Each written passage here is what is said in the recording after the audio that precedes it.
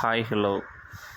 இன்றைக்கி பார்த்தீங்கன்னா நம்ம ஜிம்மின் டாக் குட்டிப்பட்ட நாய் சம்பவம் பண்ணிடுச்சு. பார்த்தீங்கன்னா அந்த ரைட் சைடில் உள்ள தொட்டியில் உள்ள இந்த மேலோட ஃபீமேல் தான் கீழே இந்த நிற்கிறது. இதைத்தான் நம்ம ஜிம்மி ஒயிட் கலர் நாய் கடிச்சு வச்சிருச்சு. கடிச்சு செத்து போச்சு, கொன்றுச்சு. ஸோ ரொம்ப கஷ்டமாக போச்சு. ஏன்னா போன டைம் பார்த்திங்கன்னா ஒரு பிளாக் கலர் மயில் புறா குஞ்சு இது கொல்றதுக்கு ஒரு 3-4 நாளைக்கு முன்னாடி அதை கடிச்சு வச்சிருச்சு. வெளியில் போய்ட்டு வந்து பார்க்கோம், கடிச்சு கொன்று முத்தத்தில் இருந்தது.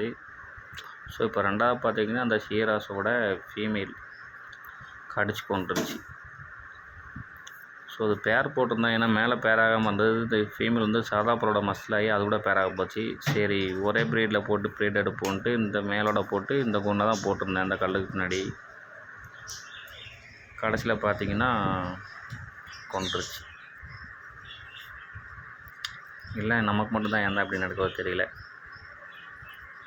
ஒன்று வந்துச்சுன்னா ஒன்று போயிடுது. நம்ம கொண்டு அப்டேட்டில் அடித்து வம்பா கொண்டு விட்டுருச்சு.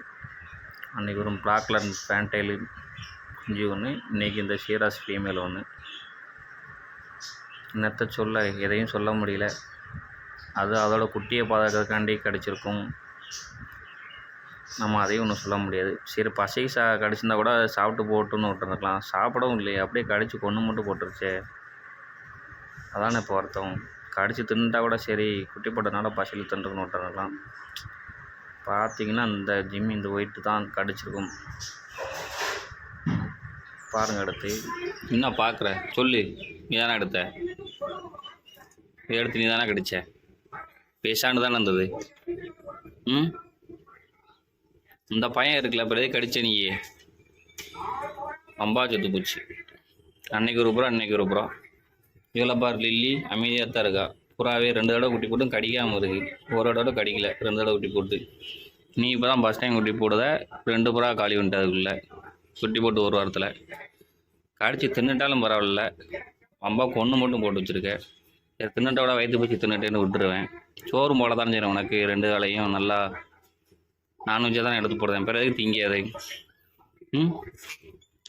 சேட்டை உனக்குண்ணே. இன்னொரு இடம் குட்டிக்கிட்டு புறா வர தொட்டேன்னு வச்சுக்கோ. குட்டிக்கிட்ட வந்துச்சுன்ட்டு உன் குட்டிக்கிட்ட வந்துச்சா அம்பா புறா 2 புறா காலிச்சு. இனிமேல் தொடு உனக்கு இருக்குது.